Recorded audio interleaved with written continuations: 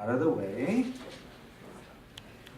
Jenna won first place for public speaking in 1995 for her area and represents her district on the subject of Wolfgang Amadeus Mozart. Give it up for Jenna. Hello. I'm making a movie as we do this. Because you're about to boom, boom, boom, boom, boom, boom. Have your eyes wide shut for 5 minutes because you're now officially a part of a living, breathing, existing work of art. That's a bit of my signature. That's today's date. These are your faces on my camera, and I can't wait. How can we all communally, collectively, here today exist as art? I will postulate that almost anything is art. We have seen through art history all kinds of obscene, crazy things just shoved in a gallery and then people paying millions of dollars to go look at them. I have here cut up into fragments of a painting. And you're going to see some pieces of it as I talk. I'm going to use it as a prompt. I'm going to use it to see what you guys do as I deliver some words regarding art. And in turn, perhaps making you feel more confident about your ability as an artist. We're using our hands now. We're not just using the digital sphere. We're here in person. I have been inspired by all kinds of different people and thought processes for my own process. But the most significant one I'm going to reference here is, I don't know if anyone has seen The Never-Ending Story, show of hands. Woo, yeah. Turn around and look at what you see. This is a film that was based on the anthroposophical teachings of Rudolf Steiner, who discovered the Waldorf system of education.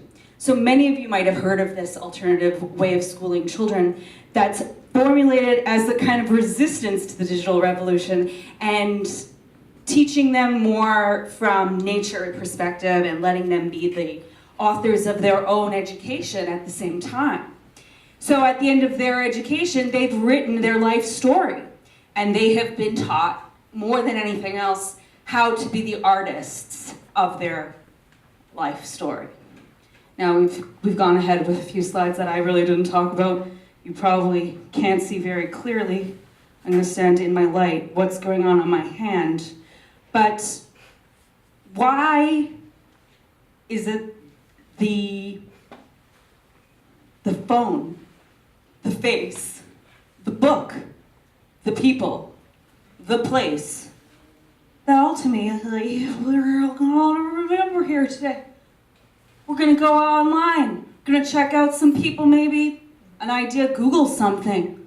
We're not going to go home and whittle our shoes or cobble them. Is that what you say? Cobblers? Although I would personally think that's a good way to start.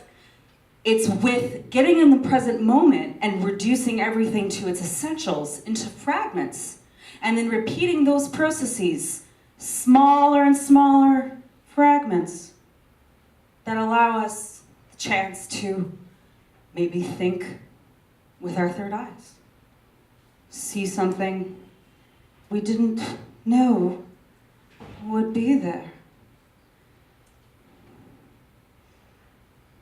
And before you know it, you're kind of blurring yourself into an ethereal, nondescript border where nothing really exists. And then you take a step back and you look at the bigger picture. If you can only stop for just a second, maybe turn off the phone. I dare not do that now. What's left? I'm just a person, and yes, I have declared myself art. That's all. I've made up most of this presentation. I had no idea what I'm going to say, how, when, where, what. But for me, this is everything.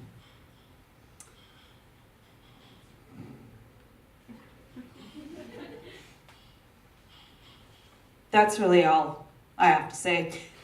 Life is